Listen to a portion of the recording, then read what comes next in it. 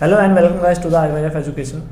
Basically आज हम करने वाले हैं क्लास 10th इंग्लिश का पेपर। बेसिकली जो आपका कल जो पेपर होने वाला है ना, मैं उसको बताने वाला हूँ आपको कि आपको किस तरीके से इस पेपर को करें कि मैक्सिमम नंबर आ सके। ध्यान रखना, लास्ट में कुछ ट्रिक्स बताऊँगा उन बच्चों के लिए जिन्होंने अभी तक कुछ पढ़ा नहीं है और राम भरोसे बैठे हुए थे कि कुछ आ जाए ऐसा कि वो पास हो जाए, या क्या पता जैसे अभी अप्रैल वाले बच्चे पास हुए थे वैसे हो जाए, तो उनके लिए भी है स्पेशल कुछ, ठीक है। और जो पढ़ने वाले बच्चे हैं उनके लिए भी बहुत कुछ है इस पूरी वीडियो के अंदर। ये पार्ट 2 है बेसिकली इस वीडियो का। पार्ट 1 के अंदर मैंने सेक्शन ए का बना रखा है, पर्टिकुलरली समझा रखा है कि आप पैसेज को कैसे सॉल्व करें, किस तरीके से अटैम्प्ट करें कि आपके उसमें मैक्सिमम नंबर आ सके, ठीक है। तो आप पहले वो वाला वीडियो देखें, उसके बाद ये वाला वीडियो देखें और उसके बाद कुछ मैं रिकमेंडेशंस दूंगा, उसको फॉलो करें। भाई साहब, एक रात के अंदर की गारंटी ले रहा हूँ मैं। कल सुबह जब आप ये सारी चीज़ें देख लोगे तो मैं गारंटी लेता हूँ कि आप डेफिनेटली पास होने वाले हो। सेक्शन बी जो है ना बेसिकली गाइस, वो है राइटिंग सेक्शन। राइटिंग सेक्शन जो होता है वो अपना आता है 25 मार्क्स का, और इसमें जो पहला क्वेश्चन आता है वो आता है मैसेज का। अब मैसेज कैसे लिखें? देखो, मैसेज में आपका 4 नंबर का क्वेश्चन है, और 4 नंबर में अगर मैं मेन बात करूं तो 1 नंबर जो है आपको फॉर्मेट का मिलने वाला है, ठीक है। और ये फॉर्मेट होता है क्या है, तो मैसेज हमेशा एक बॉक्स में होगा आपका। एक बॉक्स बना लो, उसके बाद सबसे ऊपर टॉप पे लिखते हैं हम मैसेज।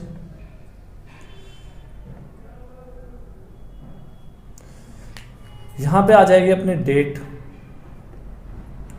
फिर आएगा टाइम, फिर एक लाइन छोड़ देंगे हम उसके बाद लिखेंगे डियर। अगर कोई बड़ा है, जैसे पापा है तुम्हारे, तो लिखोगे फादर, और अगर कोई छोटा भाई है तो उसका नाम लिखोगे। जैसे मान लो रोहन लिख लेते हैं हम, छोटा हमारा भाई रोहन है, ठीक। और ये लिखने के बाद बीच में आएगा अपना कि मैसेज है क्या, और लास्ट में लिख देंगे हम थैंक यू, और उसके बाद अपना नाम मतलब जो भी है। तो ज़रा एक क्वेश्चन आपको यहाँ दिख रहा होगा, ठीक है। यहाँ पर 3 कैरेक्टर है, हरी, शर्मा, मिसेस शर्मा और अरुण। तो यहाँ पे फ़ोन किसने कराया? तो भाई देखो, पहले हरी लिखा हुआ है, Hari hello could I speak to Arun, यानी कि किसको, यहाँ पे हरी है और उसको बात किससे करनी है? अरुण से। लेकिन फ़ोन किसने पिक करा? उसकी मदर ने, हिज मदर। मदर का नाम क्या है भाई? यहाँ पे दे रखा है मिसेस शर्मा। अब देखो क्या करना है। तो बेसिकली ये 3 कैरेक्टर हमेशा आपके मैसेजेस के अंदर रहेंगे। पहला कैरेक्टर वो होगा जो कॉल करेगा, ये। दूसरा कैरेक्टर वो होगा जिसने कॉल उठाया हो, ठीक है। और तीसरा कैरेक्टर कौन होगा? जिसके लिए मैसेज है, यानी कि यहाँ पर अरुण हो जाएगा। अगर हम पैसेज को देखें, ये क्वेश्चन को, तो क्वेश्चन के अंदर आप देखते हो कि hello could I speak to Arun, am I Hari. मतलब वो कह रहा है कि क्या मैं अरुण से बात कर सकता हूँ, मेरा नाम हरी है। Mrs Sharma, hello Hari, Arun has gone out to the market, can I take a message for him. वो कहती है कि भाई अरुण तो बाहर है, तो क्या मैं उसके लिए कोई मैसेज ले सकती हूँ? तो हरी कहता है आंटी से, we had plan to visit the book fair tomorrow but it is the last day of the fair, so we have decided to go today, please tell him to be ready by 2 PM, my father will drop us at the fair. तो उसकी माँ कहती है sure I shall tell him. तो basically यहाँ पे 4 आपको दे रखे कन्वर्सेशन, तो 4 में से जो तीसरा वाला है, तीसरे वाला जो है वो यहाँ पर आएगा। बेसिकली अगर मैं बात करूँ मैसेज की, तो सबसे पहले पहला वाले पे यहाँ पे नाम आ जाएगा, ठीक है। और उसके बाद लिखेंगे हम CALLED, कॉल्ड यू। और उसके बाद जो मैसेज यहाँ से स्टार्ट होता है हमारा कि we had plan to visit the book fair, ठीक है। तो यहाँ पे लिखेंगे Hari and you plan to visit the book fair tomorrow but it is the last day of the fair, so Hari decided, यानी कि यहाँ पे जो वी हैव लिखा हुआ है ना, वहाँ पे लिख देना Hari decided to go today, please जो please tell him to be ready by 2 PM। ये जो लाइन है इसको अपनी तरीके से लिखना है, हमें लिखना है यहाँ पर कि please be ready by 2 PM, his father will drop you. ये लिख दोगे आप। बाकी देखो मैं फॉर्मेट दे देता हूँ एक नॉर्मल सा, उस फॉर्मेट के अंदर आपको फिलअप कर देना है नाम को और बाकी चीज़ों को, और उसके बाद लास्ट में थैंक यू और यहाँ पे भी नाम आ जाएगा। तो यहाँ पर आप अगर ध्यान से देखो जो मैंने इतनी चीज़ें लिखी हैं, ये यहाँ पर 3 बार नाम बोला है मैंने, एक बार बोला यहाँ पर, एक बार बोला यहाँ पर और एक बार बोला यहाँ पर। तो भाई मैंने बता दिया 3 कैरेक्टर होते हैं, 3 मैंने बता दिया नाम आएंगे। तो किसका नाम कहाँ पर आना चाहिए, तो भैया देखो जिसके लिए है मैसेज, यानी मैसेज किसके लिए, तो यहाँ पे अरुण के लिए, तो यहाँ पर क्या आ जाएगा, अरुण आ जाएगा।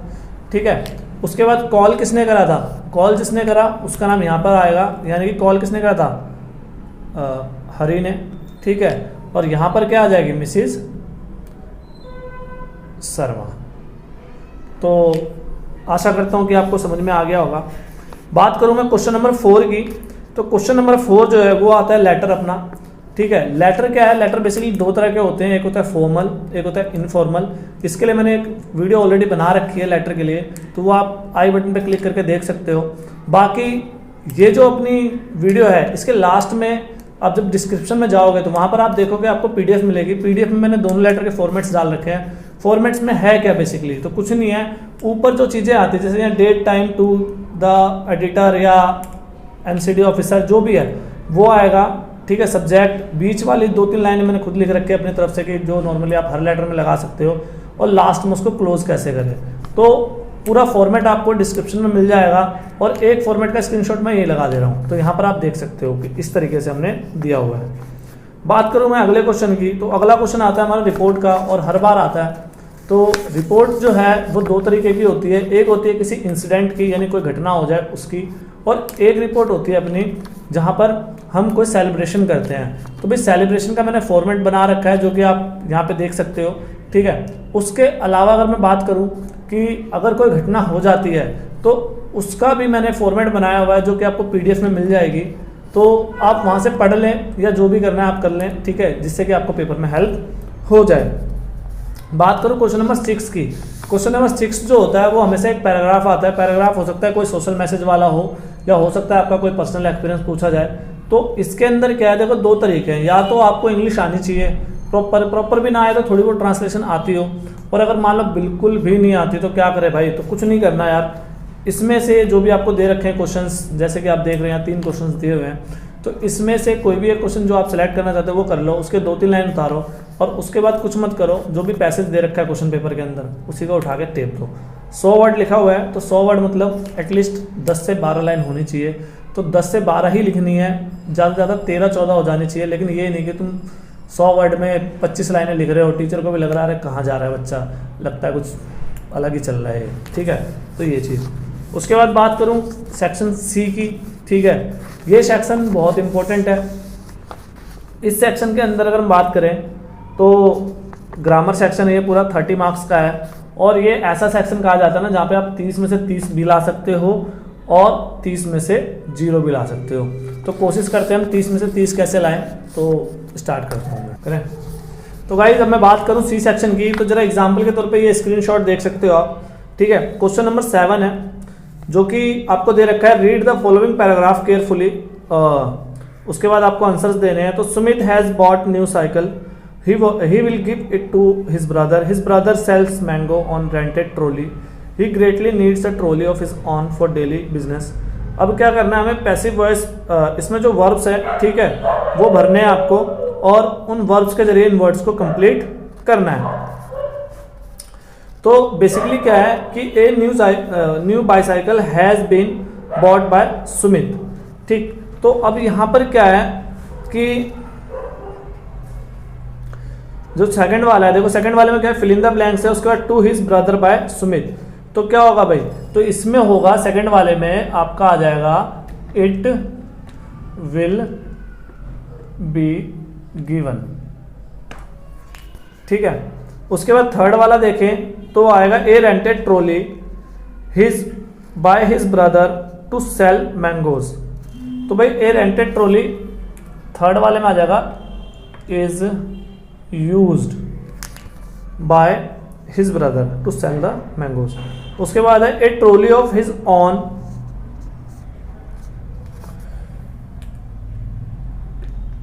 Is needed. तो यहाँ पर आपको कुछ नहीं करना था, हेल्पिंग वर्ब भरना था, और हेल्पिंग वर्ब के साथ साथ आपको क्या करना था भाई, आपको वर्ब की थर्ड फॉर्म या सेकंड फॉर्म जो भी कंडीशनल आपको लगानी थी वो लगा दिया आपने। उसके बाद बात करूँ मैं इसमें बी सेक्शन की 7th के, तो ये 7th का ए सेक्शन था। और अब बात करता हूँ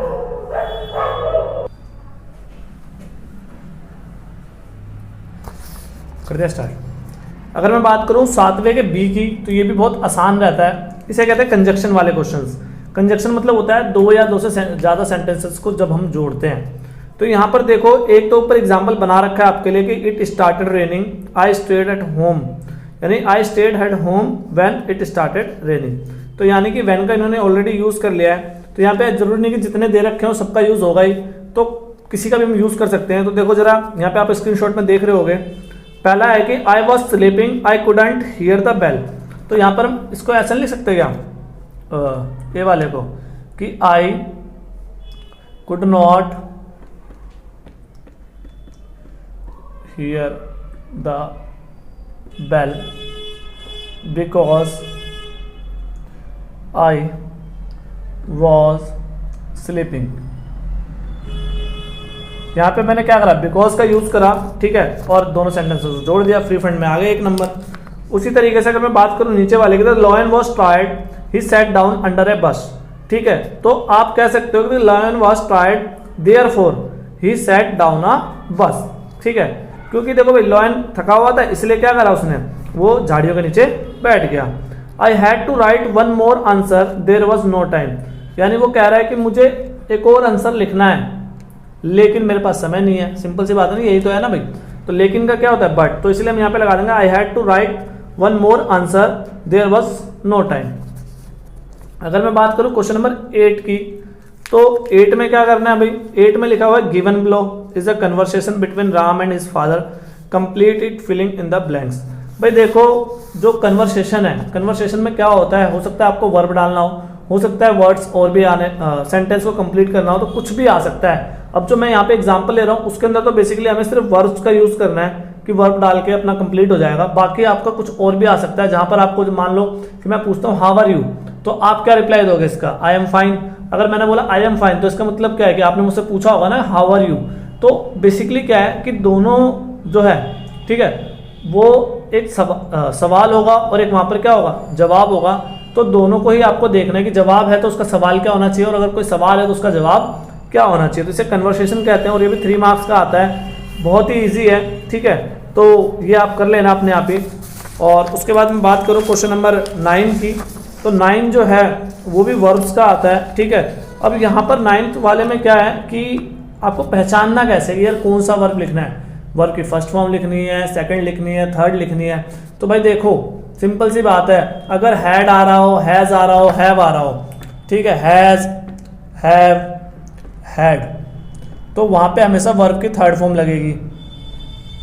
अगर आता है was, were, is, am, are, तो वहां पे लगेगी आईएनजी वर्ब के साथ, ठीक है। और अगर आता है मान लो अपना डिड या डू या डज, तो यहाँ पर लगेगा आपका वर्ब की फर्स्ट फॉर्म। तो इस बात का आपको ध्यान रखना है। उसके अलावा भी कुछ केसेस होते हैं, जैसे बाय है, तो बाय से पहले हमेशा क्या होता है, वर्ब की थर्ड फॉर्म आती है, ठीक है।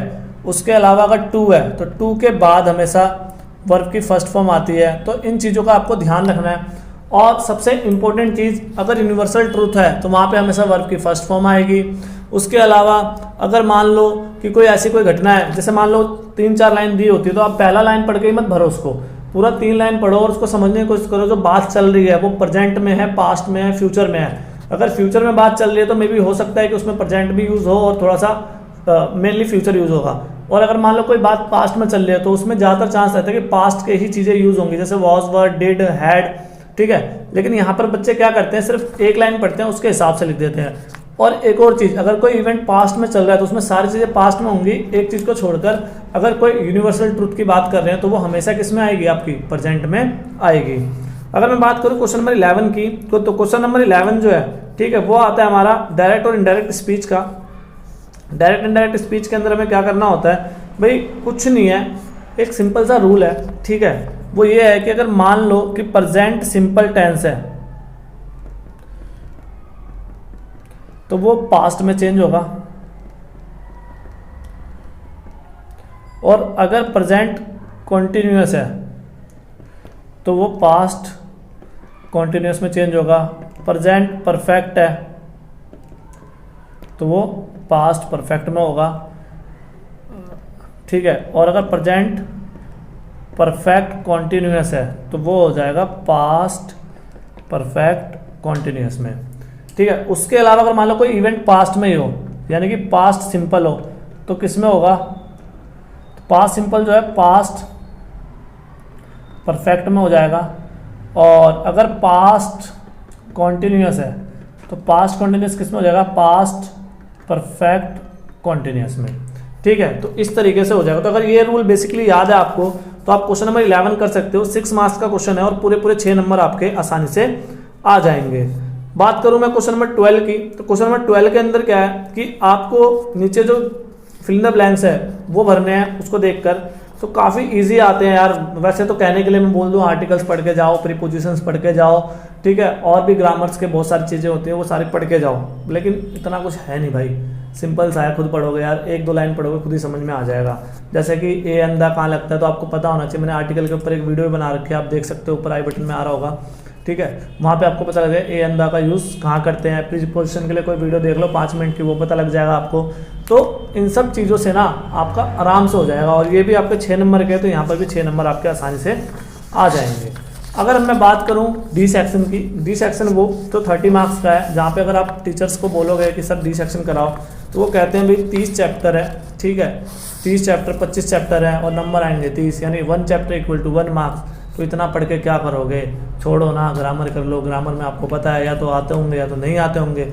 आ रहे हैं तो ठीक है, नहीं आएंगे तो सीधी सी बात है आपके 0 नंबर आने वाले हैं। तो आपके पास 2 ही सेक्शन बच जाते हैं, ए और बी, और 2 सेक्शन में क्या ही कर लोगे आप, ठीक है। तो मैं आज डी सेक्शन के वो चैप्टर बताऊंगा जो पिछले 4-5 सालों से रिपीटेड हो रहे हैं, मतलब बार बार उसमें से क्वेश्चन पूछे जा रहे हैं। मैं इसको 2 कैटेगरी में बांटना चाहता हूँ। एक बांटना चाहता हूँ मोस्ट इंपॉर्टेंट चैप्टर, और एक बांटना चाहता हूँ इंपॉर्टेंट। मोस्ट इंपॉर्टेंट वाले को जरूर जरूर जरूर देखें और इंपॉर्टेंट वाले पे एक नज़र मार के जाएं। और जब ये दोनों चीज़ें कर लोगे ना तो ये 30 में से आपके गारंटी है कि 25-26 नंबर कहीं नहीं जा रहे। हो सकता है 30 में से 30 भी आ जाए, ठीक है।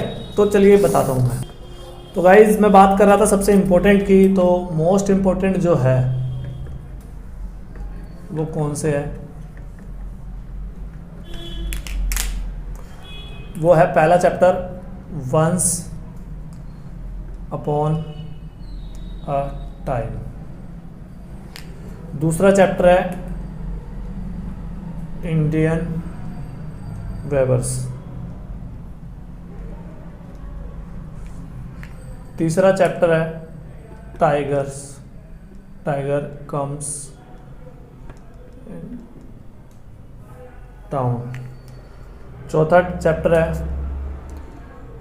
Caring for others. और 5वां चैप्टर है स्टीलिंग एंड अटोनमेंट। उसके बाद बात करता हूँ मैं इम्पोर्टेंट चैप्टर्स की।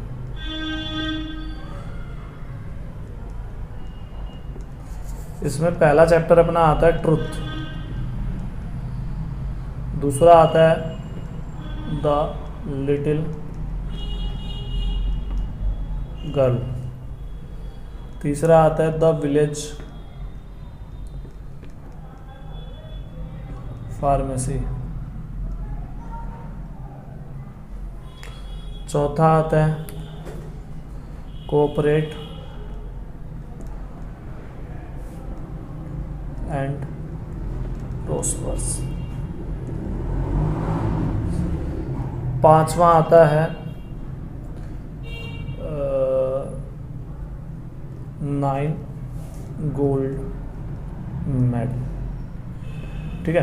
तो बेसिकली टोटल 10 चैप्टर्स हैं, जिसमें 5 जो ऐसे हैं जिसके क्वेश्चन हर बार आए हुए हैं, ठीक है। ऐसा कोई पेपर नहीं है 2016, 17, 18, 19, हर बार इसके क्वेश्चंस आए हुए हैं। और ये हैं जो रिपीटेड हैं लेकिन इनसे कम फ्रिक्वेंसी है। तो कुल मिला के 10 चैप्टर अगर आप कर लेते हो, ठीक है, तो आपके ये जो डी सेक्शन है वो भी पूरा क्लियर हो जाने वाला है। और अब बात करता हूँ मैं उन बच्चों की जिन्होंने भाई अभी तक कुछ नहीं करा और उन्हें लग रहा है कि वो फेल हो जाएंगे। तो भाई देखो, बड़ा सिंपल सा फंडा है। इंग्लिश में अगर आप फेल होते हो तो मतलब यार शर्म की बात है, आपको अगर कुछ आता नहीं तो फेल ही होंगे। तो भाई देखो, आने का तरीका सिंपल सा है। जैसे कि मान लो कि ये चैप्टर्स मैंने बोले, आपने पढ़ लिया, अगर आपको नहीं आ रहा है तो आप इसकी समरीज अगर आपके पास हैं तो आप क्या करो, अगर कोई भी क्वेश्चन पूछा जाता है समरी में से 1-2 लाइन उठा के चेप दो, ठीक है। दूसरी बात, इंग्लिश के अंदर हमेशा याद रखना आपको सारे क्वेश्चन अटैम्प्ट करने हैं, इंग्लिश का कोई भी पेपर हो। लेकिन इंग्लिश में एक पैटर्न है। पैटर्न क्या है कि सबसे पहले जो है ना आपको करना चाहिए ए सेक्शन, उसके बाद बी, उसके बाद डी, उसके बाद सी। क्यों? क्योंकि ए सेक्शन होता है पैसेज। पैसेज में क्या होता है, कमज़ोर से कमज़ोर बच्चा भी इजीली उसको अटैम्प्ट कर लेता है। बात करूँ बी सेक्शन की, बी सेक्शन में एस्से लेटर्स होते हैं जो कि आप कहीं ना कहीं से ट्राई कर ही लोगे। उसके बाद बात करूँ डी सेक्शन की, तो डी में है आपका बुक, ठीक है, जहाँ पे मैंने आपको बताया कि अगर आपको ये कुछ भी स्टोरी याद है, जो भी याद है उस चैप्टर से, क्वेश्चन आया कुछ भी पूछ रहा हो, अगर आपको याद है प्रॉपर आंसर तो ठीक है, नहीं है तो भैया जो दिमाग में आ रहा है वही लिख दो, ठीक है। बाद में बात करेंगे सी की। तो सी जो है ना वो इसलिए लास्ट में है क्योंकि सी के अंदर यार देखो fill in the blanks type के क्वेश्चन होते हैं ज़्यादातर। अब 1-1 मार्क्स के क्वेश्चन है, या तो आपके सही होने वाले या तो गलत होने वाले। जबकि इधर जो मैंने बात करी ए बी सी के अंदर, ए बी डी के अंदर, वहां पर क्या थे कि कुछ क्वेश्चंस 4 मार्क्स के, 2 मार्क्स के, 3 मार्क्स के थे, जहां पर आपको पूरे नंबर ना भी मिले तो भी आप पास हो सकते हो। लेकिन सी के अंदर क्या है, या तो पूरे गए, ठीक है। तो इसीलिए सी सेक्शन को आपको सबसे लास्ट में करना है। समझ में आया? Thank you. और एक रिक्वेस्ट है यार, देखो वीडियो को आप मेरी लाइक करो ना करो डजेंट मैटर, सब्सक्राइब मत करो बेशक, कोई दिक्कत नहीं है, लेकिन जो रिकमेंडेशंस मैंने दी हैं उनको फॉलो करो, डेफिनेटली आप पास होने वाले हो, ठीक है। Thank you.